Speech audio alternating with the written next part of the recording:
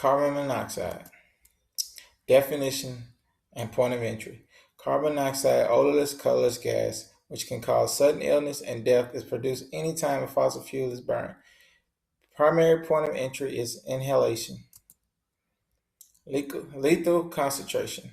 Common symptoms of CO poisoning: headaches, dizziness, weakness, nausea, vomiting, chest pains, confusion. The lethal dose or lethal concentration of CO is anything above 1200 parts per million. Threshold limit value, TLV, permissible exposure limit, PEL, and recommended exposure limit, REL. TLV, the level to which a worker can be exposed day after day for working a lifetime without adverse effects. Agency, American Conference of Governmental Industrial Hygienists. Carbon monoxide TLV is 35 parts per million. PEL, the legal limit in the U.S. for exposure of an employee to a chemical substance or a physical agent that an employee can be exposed to in an 8-hour period. Agency, OSHA. Carbon monoxide PEL is 50 parts per million. REL, the level believed to be protective of workplace safety, employee health over a working lifetime. Agency, National Institute for Occupational Safety and Health. Carbon monoxide REL is no more than 50 parts per million. Occupational health surveillance for formaldehyde. The first few things a medical examiner should check for is the worker's medical and occupational history, respiratory history, any history of allergic diseases, and skin disorder history.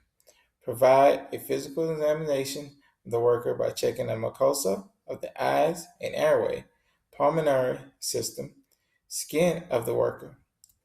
Additional examination or tests.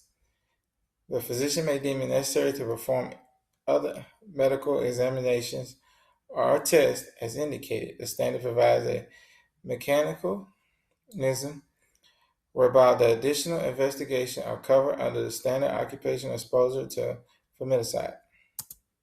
Carbon dioxide and indoor air quality. Although there are no specific regulated standards, the American Society of Heating and Refrigerating and Air Conditioning Engineers ventilation standards are used as the basic for most ventilation codes. The OSHA Technical Manual, Section 3, Chapter 2, Subsection V, Recommendations for the Employer, provide engineer and administration guidance to prevent or alleviate indoor air problems, CO2 guidance, thresholds, and poor air quality indicators. Technical guidelines for ambient CO2 levels in urban settings are about 350 parts per million. Where levels arise above 1,000 parts per million, the building's HVAC system should be evaluated. When CO2 levels are below 660 parts per million, occupant complaints decrease. When CO2 levels are too high or low, the effects on humans can be noticeable.